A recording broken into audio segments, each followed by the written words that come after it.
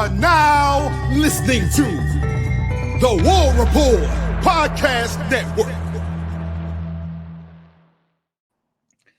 What's up, everybody? Welcome back to the College Loop Podcast. I'm Demarcus Riddick on Twitter here to talk about the latest in Auburn football and athletics news because it is still Iron Bowl week. It's Alabama hate week, or if you're me, you hate Alabama every single day of the week, every single minute of the day, every single second of the minute. Hate Alabama with every fiber of my being.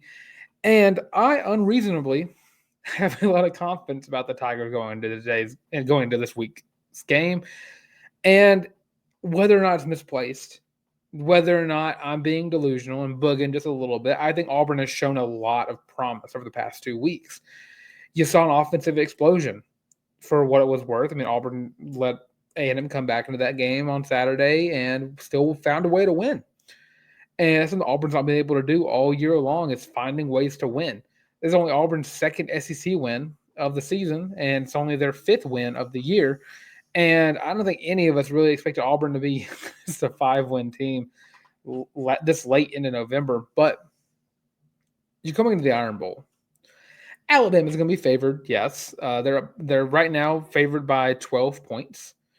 This game's in Tuscaloosa, a place where Auburn has struggled for the entirety of the past decade, really. I mean, since 2010, since Cam Newton, Auburn has not won a single game in Tuscaloosa. And they've won some Iron Bowls between then and there, 2013, 17, and 19. But you don't have the same hoops to jump through that you had to with those last 10 years, last 15, 16, 17 years, really. Because Nick Saban's not there anymore. And I think you're looking at a different level of Bama than what we saw from the Saban era.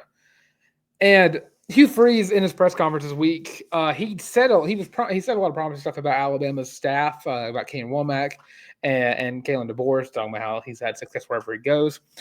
And you're looking at Bama this year, and I'm going to throw some shade for a little bit because I just can't not throw shade at Alabama during this week. This is not the same situation that Saban was in whenever he got to Alabama. Of course, Alabama always has recruited well, but Saban's losses to the season in his first year at Alabama, they just lost bad games. And, he was rebuilding from the previous coaching staff that wasn't winning games. And he turned that around, and the next year he was winning championships. There is not a lot of comparisons to make between Saban's first year and Kalen DeBoer's first year, because Kalen DeBoer has a Saban roster, and he's losing games like he did this past Saturday, 24-3. Alabama has not scored a touchdown in the game in over 20 years, which is absolutely ridiculous. And I'll get more into that in a second. Hugh Freeze didn't really say too much about anything that we won't get into in today's episode, but I have a few notes for some players that made a lot of comments that I can't help but love this past week. I know a few Auburn fans probably don't like some of the comments that were made by some of the freshmen, Demarcus Riddick and Cam Coleman, who were very confident going into this game. But you know how we do it Tuesday show. It is, in fact, the what can Auburn do to win the Iron Bowl this Saturday? And I think, again, Auburn fans and myself, maybe a little too confident, but the book is alive and well. But starting off with number 5, I'm going to pull it up. This gets to the talking point. Number 5 is confidence is key. You look at Auburn this past weekend, you had the great recruiting weekend. You had the fans storming the field. You came back after getting yourself down, after having a lead. You fight back to get the lead back. Take them to 4 overtimes. You get a miraculous catch by Keandre Lambert-Smith. And everybody's raving. Everybody's booging around Auburn, Alabama about the promise that Auburn showed on the field against a ranked SEC team. Auburn shouldn't have won against Texas A&M. They weren't favored to lose by a lot, but they were not projected to win. They were not predicted to win that game. And, of course, I said that I predicted A&M to win, but I wouldn't have been surprised if Auburn won it. But looking ahead, I mean, there's a lot of daunting factors that can go into the Iron Bowl. I mentioned earlier, Auburn's not won in Bryant-Denny Stadium since 2010. You're playing against, again, just Alabama in general. Even though I think Bryant-Denny Stadium is one of the more overrated, like college football atmospheres in the country, it still becomes a tough place to play because Auburn has struggled in the past when it comes to playing rivals in their own stadiums. Look at Georgia and Sanford Stadium. Auburn's not won in Sanford Stadium since I want to say 2005, and you look at Bryant Denny 2010. But you have these freshmen.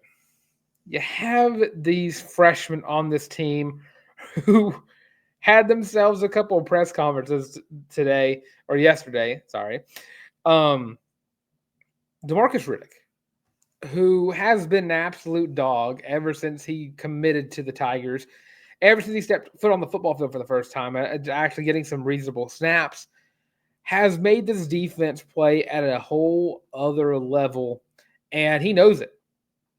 He knows it. That confidence comes in. I don't think it's cockiness.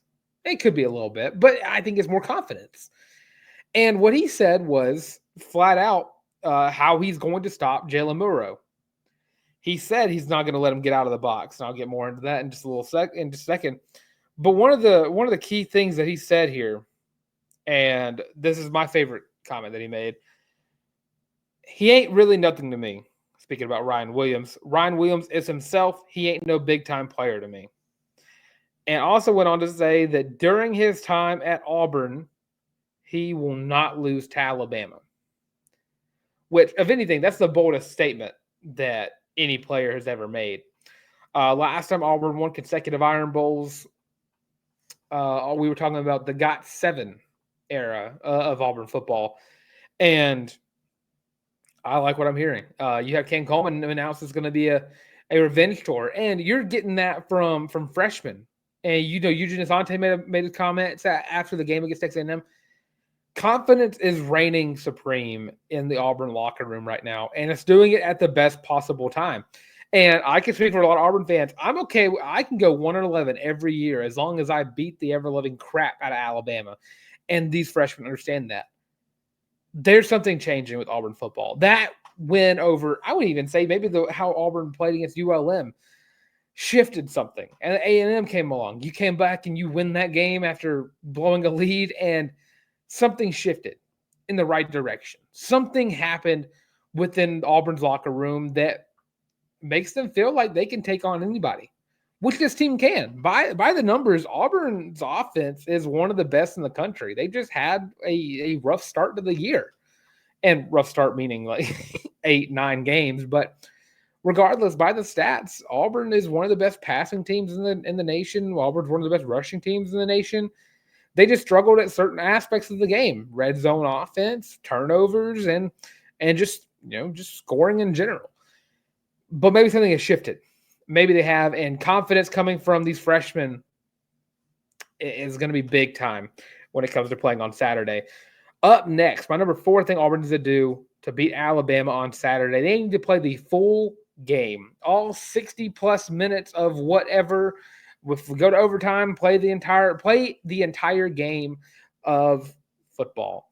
Do not play one quarter. Do not play 2.5. Do not play 3.25. If this game ends after 4 quarters of regulation, I want Auburn to have played 100% of the entire game. We saw against Texas A&M, Auburn had a 21-0 lead, and then you blink, and it's 21-21. And then it's 28-21, and then it's 28-24, then it's 31-28, and Auburn has to kick a field goal to take it into overtime. That shouldn't have happened. Auburn should have had their foot on the gas pedal and a foot on the throat of Texas A&M throughout the entirety of the game. Something changed. Something shifted in the wrong direction, but Auburn found a way to change it back. But you're playing Alabama in Tuscaloosa. This is the biggest game of the year, no matter what. This could be a 1-11 or 0-11, not 1-11, but a 0-11 game versus Alabama, 12-0 or 11-0 Alabama. Can't do math today. And this game will still be the biggest game of the year. You have to beat Alabama to solidify yourself as, a mainstay of the Auburn football head coaching variety. Gus Malzahn was able to stay at Auburn for probably way longer than he was supposed to, just by beating Alabama every so often. Could be a staple of Hugh Freeze. Hugh Freeze has beaten Nick Saban twice before. He's taken down Alabama. And this is a new team, and this is I want to say, not as good of a team as we've ever seen from the past 20 years of Alabama. They have weaknesses, and Auburn just needs to play 4 quarters to attack those weaknesses. Number 3, this goes to an issue that Auburn had versus Texas A&M. You need to get off the field on 3rd down. Auburn was unable to stop Texas A&M on 3rd downs this past Saturday. Auburn gave up a lot of time of possession. I mean, A&M had a 9-minute drive that went down and scored a touchdown, and you can't have that versus Alabama. But that's also not the offense Alabama plays with. They're not going to do these long drives down the field, trying to kill as much clock as possible and score. But if you can force them into those 3rd down situations, you need to be able to stop them and get off the field. You need to get the offense back on there. You need to find ways to score. Because even if you look back at the Vanderbilt game, Vanderbilt controlled the clock the entire time. But no matter what, every time Vanderbilt scored, Alabama scored. And eventually you made Bama make a mistake and able to get a lead that they couldn't come back from in the time that they were given. But you can't allow Bama to get extra set of downs. You can't allow them to have opportunities to keep the ball longer than needed, because, of course, Auburn subs a lot on defense, but you need to get their offense off the field. It's the best part of that Bama team is their offense. And to beat Alabama, you need to make sure they are out of the end zone and out after 2 downs or after 3 downs. So, yeah, get them off the field on 3rd down. You can't do what you did against Texas A&M and win this game. Number 2, keep Jalen Milroe in the pocket. Now, something that Oklahoma was able to do well was maintain the legs of Jalen Milroe. Looking at last Saturday's game versus Oklahoma, Jalen Milroe had 15 carries for 7 yards. And only one of those carries was a sack. They were able to maintain him inside the pocket and make him make mistakes. Jalen Milroe had 3 interceptions against Oklahoma. And honestly, those interceptions didn't happen down the field. He had to stay in the pocket. He had to look down. He had to look in his short passing game. There's one off of a screen, a couple within. There was all those interceptions happened within the line of scrimmage and the 1st down marker. And of course, the strength of Alabama's offense is the deep ball. That's Jalen Milroe's bread and butter. He doesn't have a mid-range or short-range passing attack. He's either I'm going to run it or I'm going to throw it deep. And if you can keep him in the pocket and make him have to make a second read, then you can start getting some turnovers. Then you can start making him make mistakes, and that's what Auburn needs to do. Because if everyone's seen the stats, right now Jalen Milroe has more interceptions, less touchdowns, and less yards than Peyton Thorne does. That's not attributing to rushing yards, but as a passer, Jalen Milroe hasn't been succeeding at the level that most playoff teams, quote unquote playoff teams, should have. And if you can just force him to stay within the pocket, and if you can force him to try to throw the ball in Auburn, that's where Auburn's defense come out on top. You have to keep Milroe's legs out of the game. As Riddick talked about, Riddick said, and I quote, "He will not get out of that box this week. That's something that I'm going to have to work on all week at practice, and some of the guys are going to have to help me with." He understands. The key to Alabama's game is Jalen Milroe's dual threat ability. And if you can lock him down, that's how you win the football game. Keep his legs out of the game, and you won't have too many problems. And then last thing, number 1 thing on my list, feed Jarquez Hunter and Cam Coleman. Now, Cam's going to be more of a stretch. Alabama does have a pretty decent passing defense. It's top 20 in the nation. Give only 181 yards a game. Rushing-wise, though, Alabama's defense ranks 62nd in rushing yards. Just rushing defense. They give up 143 yards per game. They've given up 10 rushing touchdowns. They give up about 3.8 yards per rush. But with Auburn, you have a stable of backs. You have Jarquez Hunter. You have Jeremiah Cobb. You have Damari Alston. All three of those guys able to work very well together running the football. And then, of course, you have Peyton Thorne's legs. Now, Peyton Thorne hasn't been much of a runner as we've been used to like last year. This year, it's been more contained, trying to get him to pass the ball more and trying to rely more on the running backs more than you rely on the quarterback's legs. But Peyton Thorne has still shown the ability to get out of the pocket. On 4th and 2, Peyton Thorne made one of the greatest plays of the night. I think it's a play that should go down as probably the key play to Auburn winning. Was on 4th and 2. Peyton Thorne stared at the face of the defense crowding in on the pocket, pump faked to get a guy to jump, and then put the ball under his arm and took off for about, I want to say, 20-something yards, and got Auburn in the field goal range. They still were able to move the football down a little bit more, but they got in field goal range since the game in the overtime because of that play. Utilize that. Utilize everything your offense is capable of.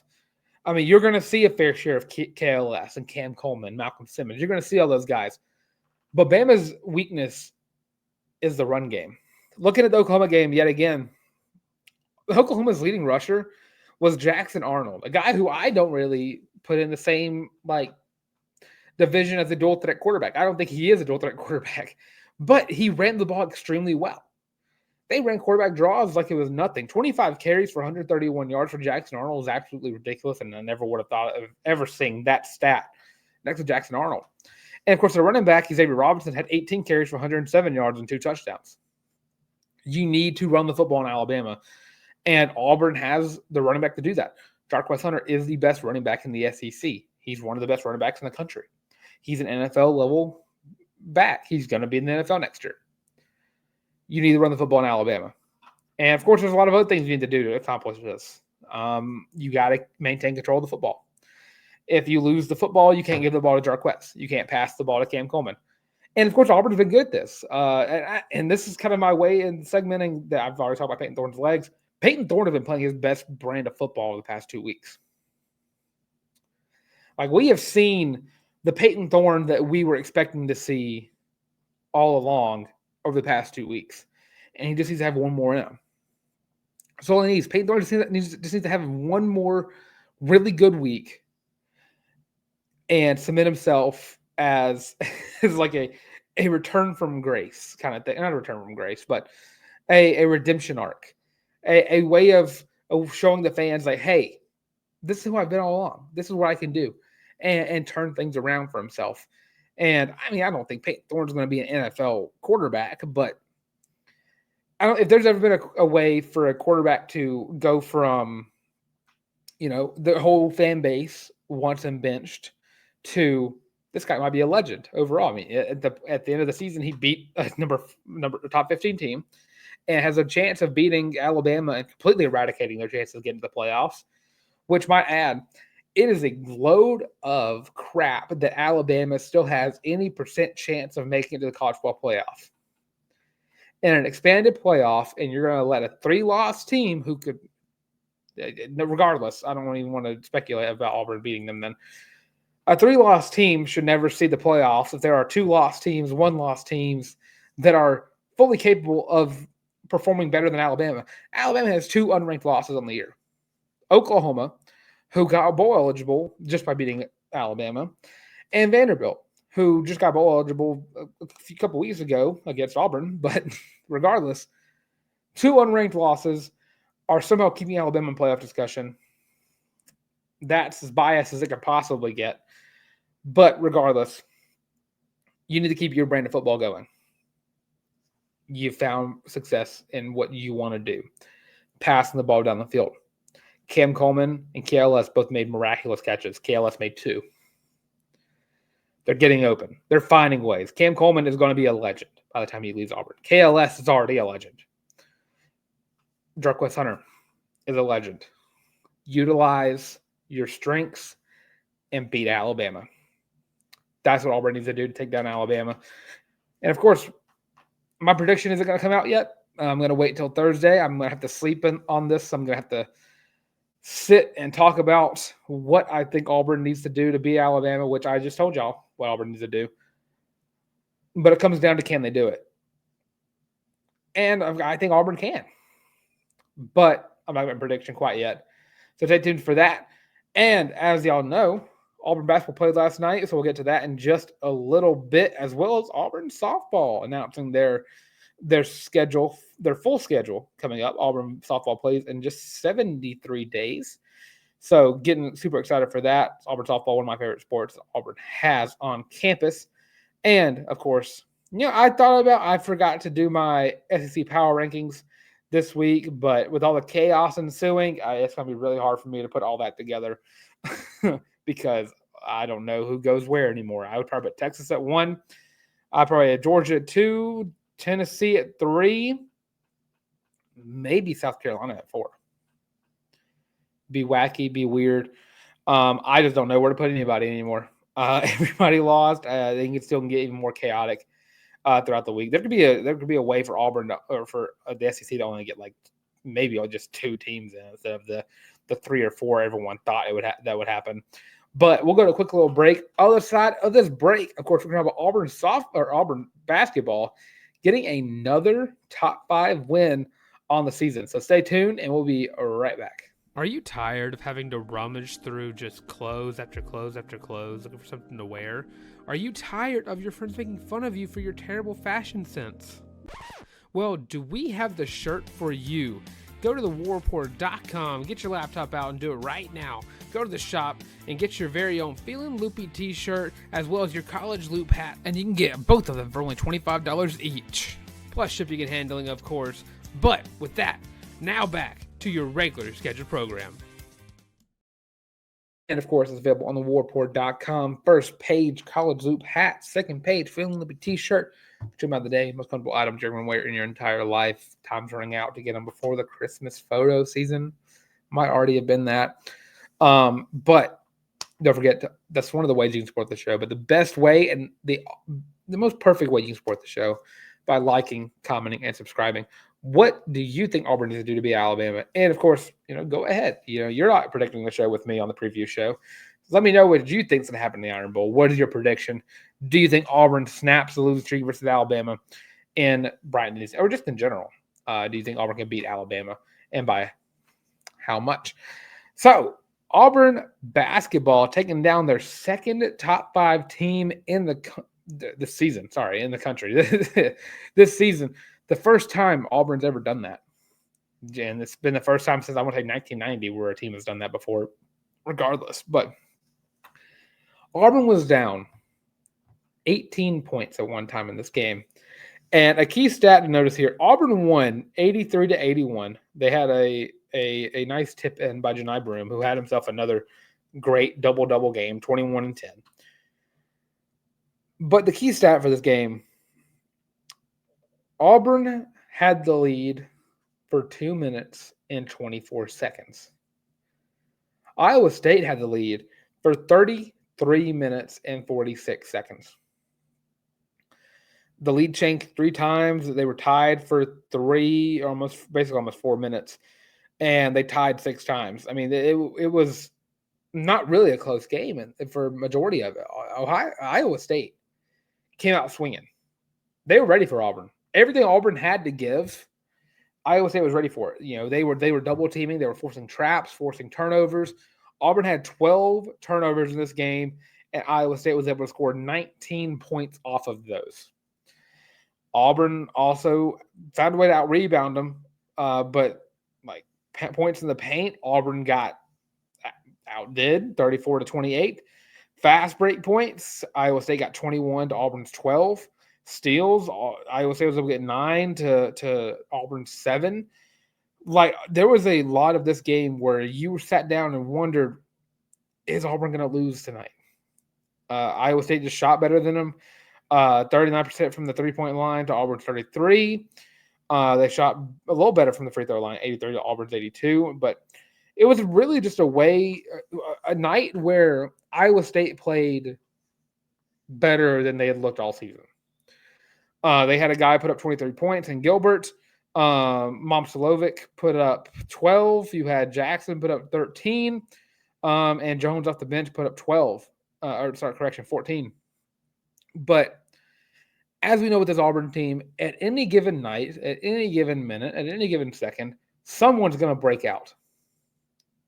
And of course, you always expect to be Janai Broome, but Janai Broome's always just going to have a good game no matter what. Or so for right now, at least. But Auburn has enough players on this roster to pick up any slack given by anybody else. And of course, Janai Broome having his 30,000th career double-double. But it was Chad Baker-Mazara that took over. Chad Baker-Mazara threw up 4 threes, made 3 of them. Shot 75%, made all of his free throws, had 3 rebounds, had 4 fouls, one of them being one of the most crazy fouls I've ever seen in my life, basically jumping up in the air and tackling somebody, or lowering his shoulder, really. In 22 minutes, he had 18 points. And there was a moment I want to say he had about 2 in that first half where Auburn was really struggling. Auburn was losing by 16 points at the end of the first half. And after that, Chad Baker-Mazara put up 16 points in the second half and really helped Auburn get the game back into their own hands. Able to get the game back to where it was manageable, able to get the tie back, and ultimately helping Auburn get the win. And regardless of the fouls or not, Auburn still had 4 guys getting to foul, 4 fouls, not fouling out, though. Got lucky about that. But Chad Baker-Mazara had himself a great game. And not for Janai Broome, put up 21-10, but I think even without that, I'd probably give Chad Baker-Mazara the player of the game. He earned it. He played great. Outstanding game from him. You also had 12 points coming from Denver Jones, 12 points coming from Miles Kelly. Miles Kelly, 2 for 9 on the night. Shot maybe a little too much from the 3-point line. Dude's just throwing up logo shots like it was nothing. Denver Jones able to get 6 of his 12 points from the free throw line. Wasn't really having great night shooting. Didn't take that many shots, though, 0 for 3 from the 3-point line, 3 of 10 from the field. Dylan Cardwell had 4 rebounds. He had 3 assists, and he was able to also get 2 points. But defensively, he was a menace. He had a major block. I think someone released the plus minuses, and I think with just 2 points, he was the leader he was the leader on the plus minus record. Auburn played the best when Dylan Cardwell was on the court. And I mean, just another great night from Todd Pettiford. 14 points off the bench, 2 of 5 from the 3-point line, 2 rebounds, 1 assist, and again, just another great defensive night from him. Shane Johnson scored 4 points, but got 4 fouls early, 3 rebounds for him. And you didn't really see much of everybody else. JP Pegues had a rebound. Chris Moore had a very good rebound late in the game to help Auburn maintain possession, had 2 assists as well, and Jaheim Hudson was able to throw up a 3, down by 12, but it did not go in. But this game spoke a lot about Auburn as a whole, what they're able to do whenever the going gets tough. And when the going gets tough, Auburn gets hot. And that's what you want to see from a team that you think can win a championship, go deep into the March Madness bracket. And tomorrow night, I mean, I'm get ready for tomorrow night. If you love Auburn basketball, I hope that you're able to maintain your energy, because Auburn will be playing tomorrow night at around 10 p.m. CST. And yeah, Maui Invitational, while being fun, is not fun to watch whenever it comes to waiting around all day for your favorite team to play. I'm trying to figure out who exactly is winning the game right now. My computer's being slow. So Auburn will play the winner of Dayton and North Carolina. So as I'm speaking right now, that game should still be going on, because I'm recording this at 2 a.m. EST, so 1 a.m. Central Standard Time, and I'm just waiting around for anything to load for me. But you have to play one of these 2 really good teams late at night, and of course UConn lost. But you're still looking ahead at Auburn potentially winning the Maui Invitational, which would be great for them. And, of course, you have Duke next week, which is signing day, which I'll talk about later. I meant to mention something for signing day. But as I'm talking right now, UNC is currently up on Dayton, 90-87, with 14 seconds left to go in that game. So, yeah, potentially going to see UNC tomorrow. So you get another chance. You get a chance at a another top 15 team. You get a chance at a blue blood and just another massive game. I'm not going to make a prediction because, again, at 14 seconds down by 3, I don't know who's going to win that game. And I'll definitely be done talking about Auburn basketball by the time that game gets over with. 14 seconds is like 2 years in basketball terms. But just a great night for Auburn basketball. And then, of course, women's basketball is playing tomorrow against UNI. And, of course, they'll take on a trio of teams. They'll take on Pittsburgh and Kansas throughout the remainder of this week. So looking ahead to see how good they can perform. I did not do much research on UNI, but I trust Auburn to win that game. But Pitt and Kansas are going to be challenges, and this team needs to get over the hump that they're on. Of course, lost by 4 to Cal and lost by 2 to Oregon. So I think this team is good enough to win those games, and they definitely were very close to doing so. And you just got to wait for something to break. And I think women's basketball can do that. I think Coach Jay has his team built to win, and just they seem to see it happen, and they'll do it. So last on the docket, and then I'll end up with some recruiting news. A little reward for – sorry, I just hit my mic. A little reward for everybody who stayed tuned to the remainder of the entire show.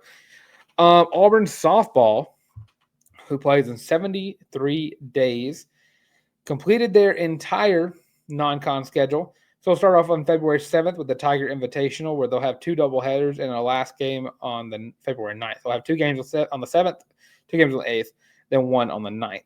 They'll take on Southern Illinois, North Carolina, and Appalachian State. And then, of course, Southern Illinois, North Carolina yet again to take on App State once.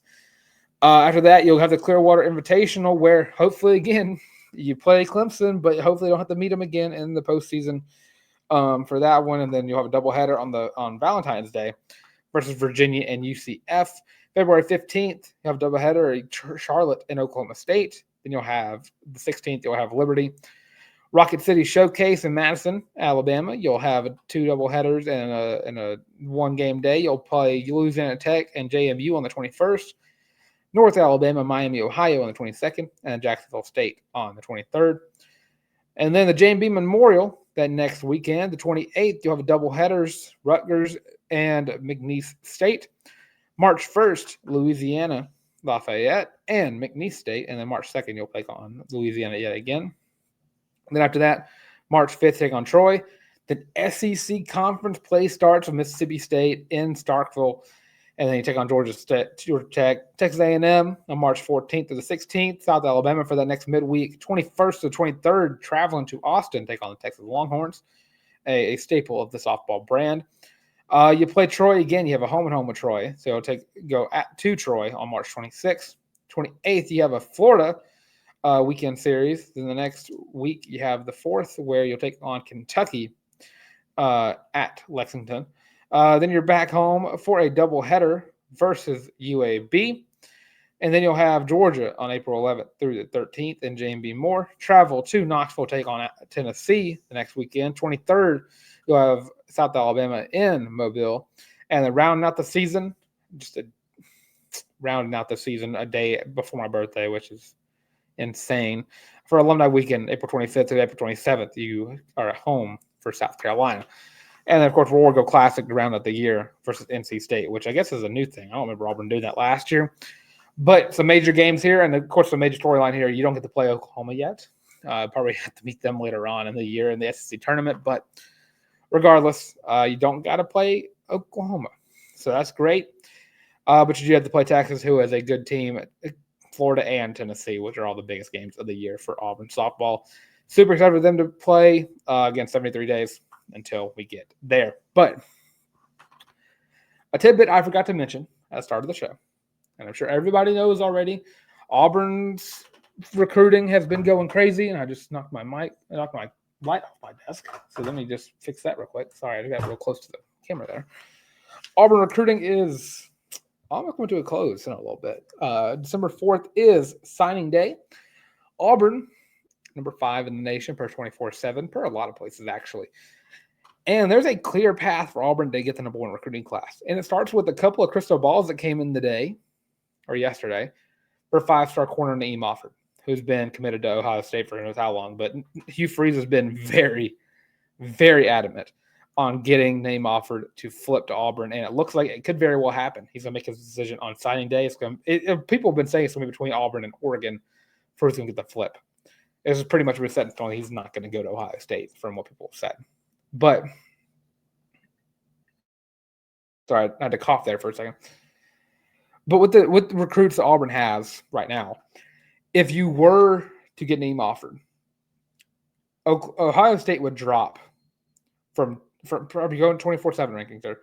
Ohio State drops from 2 to 5. Auburn goes from 5 to 2, jumping Texas and Alabama. And then all you're waiting for is just another flip or a commit. Last guys Auburn's looking to get are name offered, who we're talking about just now. Auburn has crystal balls for. Usman Chroma, another running back. Auburn wants to get 2 running backs in this class. So that's one of their big ticket items that they're trying to get is Usman Chroma, who could be their power back to Alvin Henderson's elusive back. He's currently committed to Georgia, trying to flip him. He was in Auburn this past Saturday, so hopefully get a chance to get him. Justice Terry, not committed anywhere. He was committed to a few places, but right now he's uncommitted. Auburn trying to heavily recruit him, and so are a lot of places. Georgia also in the mix for that. And then lastly, a 3-star Darian Smith, another guy. He's currently a Tennessee commit. Auburn's trying to get him. But if you just get 2 out of the 4 guys, you get the number 1 recruiting class in the nation. You do. You either get yourself 2 5-stars. I don't want to say Darian Smith. I'm sorry. But if you get a 5 and a 4-star, the 2 5-stars, or however you want to throw that around, Auburn can end up with the number 1 recruiting class in the nation for this recruiting class, which does wonders for what Auburn looks like going in the next season. I think Auburn, you're going to have a lot of bug going into next year, and super excited for that. I cannot wait for signing day. It's going to be a busy day for me. I'm going to try to keep y'all as in touch as possible. I've already started working on the graphics. I made around 30, over 30 graphics today. I can't even keep count with how many I made today. I was just in front of my computer screen all day, every day, making these graphics for y'all. I hope they look good. But we'll notice that whenever y'all get to see him for the first time on December 4th. And, of course, Malik Autry, going to be one of the first guys to hear from. He's already shut down his commitment, so I already have his. I started with his after he announced his shutdown of his recruitment. But that is for the time of the College Group Podcast. We're bringing it around 40 minutes here, a little longer, but had a lot of content to talk about today. So that is for the start of the College League Podcast. I'm, of course, Dylan Larck. I will take on Twitter. Of course, I have my Instagram as well at Dylan Larck, at DYLENLARCK. And, of course, you can find me right on the College League Podcast, where you should like, comment, subscribe. Leave your thoughts on the Iron Bowl. Do you think Auburn's going to win that game? Leave your thoughts on Auburn recruiting. Where do you think Auburn's going to finish? Right now they're at 5. Will they get to 1? Will they get to 2? Are you mad? Either way. I don't think you really can be with top 5 class. This class is going to be really, really good. A lot of dogs. They're going to be great off the rip. And of course, don't forget to, again, like, comment, subscribe. Can't overstate that enough.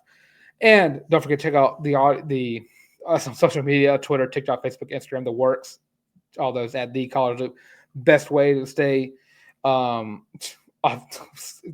the word I'm looking for? Stay informed about everything going on around Auburn. All the big news gets shared by us, and we make sure y'all get to see it.